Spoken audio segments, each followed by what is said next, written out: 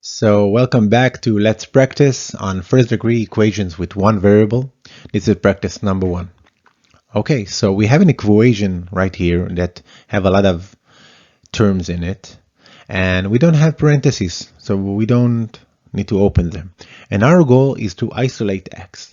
So let's use our first tool, which is moving the terms. Now let's talk about moving the term more closely. What moving the terms mean? If we see this 11x, when I move it to the left side of the equation, it becomes minus 11x. You know why?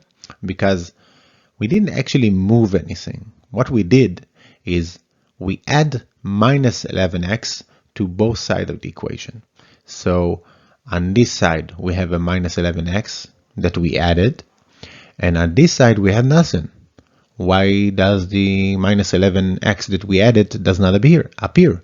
Well, because it canceled out with the plus 11x that we add here.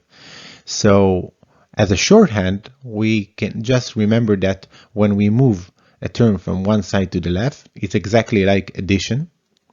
And because of that, it changes its sign from a plus to a minus in this case. Let's take another example.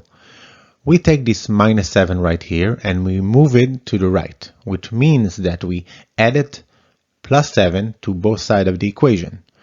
Here it is, the plus 7 we added right here, and the plus 7 that we added here cancel out with the minus 7 that we have earlier. So it doesn't appear here. So it's equivalent to moving from one side to the other side with changing of the sign. So now we have all the x's on the left and all the terms without the x's on the right. Now use the next tool, which is adding the terms. After addition of all of these terms, and right here and here, we have minus 12x equal to minus 18.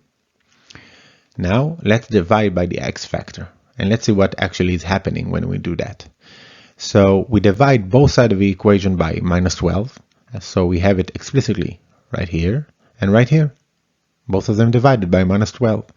But here we have a factor of minus 12 and a minus 12 factor beneath. So they cancel out to leave us with only x. And right here, we can use the calculator or our mind to determine that minus 18 over minus 12 is 3 over 2. You want to do another example? Let's do that.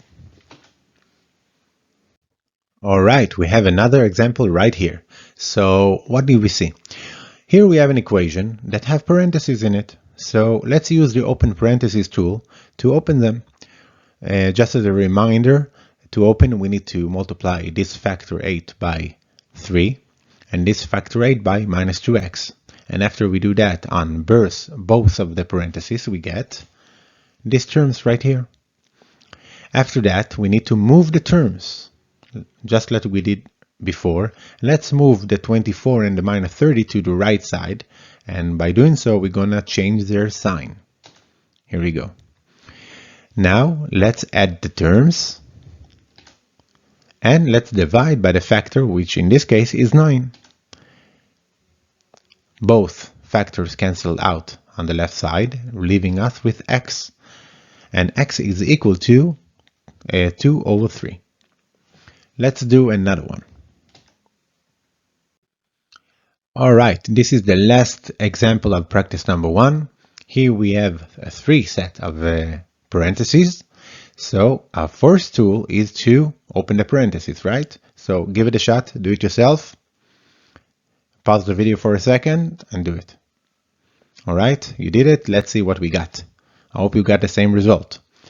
Now let's move the terms.